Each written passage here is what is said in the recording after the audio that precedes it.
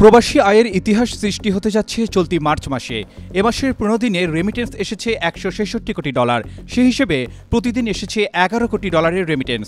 বাংলাদেশ ব্যাংকের সর্বশেষ হালনাগাদ প্রতিবেদনের তথ্য বলছে, এর আগে কোনো মাসে বৈদেশিক মুদ্রা আয়ের এমন প্রবাহ আর দেখা যায়নি।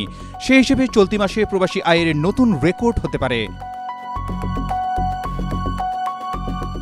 গত আগস্টে দেশের রাজনৈতিক পট পরিবর্তনের পরপরই বেড়ে যায় রেমিটেন্স বা প্রবাসী আয়ের গতি। চলতি ২০২৪-২৫ অর্থবছরের ডিসেম্বরে দেশের ইতিহাসে সর্বোচ্চ প্রায় $২৬৪ কোটি রেমিটেন্স আসে। আর দ্বিতীয় সর্বোচ্চ রেমিটেন্স বা প্রবাসী আয়ে আসে ভাষার মাস ফেব্রুয়ারিতে, যা প্রায় $২৫৩ কোটি।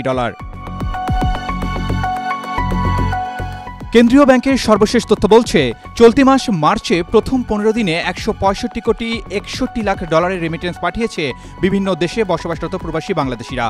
বাংলাদেশি মুদ্রায় যার পরিমাণ ২০,২০৪ কোটি টাকার বেশি, আর প্রতিদিন আসছে $১১ কোটি বেশি। রেমিটেন্স আসার এ ধারা অব্যাহত থাকলে মাসের পুরো সময়ে $৩ বিলিয়ন পৌঁছাতে পারে রেমিটেন্স, যা দেশের ইতিহাসে নতুন রেকর্ড গড়তে পারে। কেন্দ্রীয় ব্যাংকের সংশ্লিষ্ট বিভাগের এক ঊর্ধ্বতন কর্মকর্তা জানান, নতুন সরকার দায়িত্ব নেওয়ার পর থেকেই দেশ থেকে অর্থ পাচার কমেছে।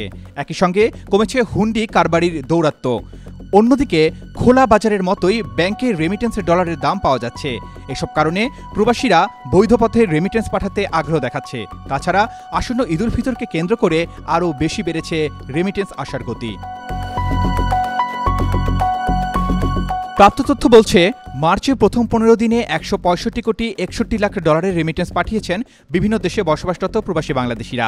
এর মধ্যে রাষ্ট্র মালিকাধীন ব্যাংকগুলোর মাধ্যমে রেমিটেন্স এসেছে $৩৭ কোটি ১১ লাখ বেশি। বিশেষায়িত দুই ব্যাংকের মধ্যে এক ব্যাংকের মাধ্যমে রেমিটেন্স এসেছে $১৩ কোটি, আর বেসরকারি ব্যাংকের মাধ্যমে রেমিটেন্স এসেছে $১১৫ কোটি ১৬ লাখ ২০ হাজার, এবং বিদেশি ব্যাংকগুলোর মাধ্যমে এসেছে $৩১ লাখ রেমিটেন্স।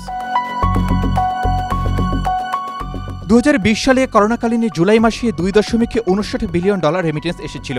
এবার সেই রেকর্ড ভাঙে ২০২৪ সালের বিজয়ের মাস ডিসেম্বরে। ২০২৪ সালের শেষ মাস ডিসেম্বরের পুরো সময়ে রেমিটেন্স এসেছিল প্রায় $২৬৪ কোটি, যা গত বছরের একই সময়ের চেয়ে $৬৪ কোটি ৮০ লাখ বেশি। গত বছরের ডিসেম্বরে এসেছিল $১৯৯ কোটি ১০ লাখ। ২০২৪ সালে জুলাই মাস বাদে বাকি ১১ মাসেই $২ বিলিয়ন বেশি রেমিটেন্স এসেছে। আরাবান আলী, ডেইলি সান।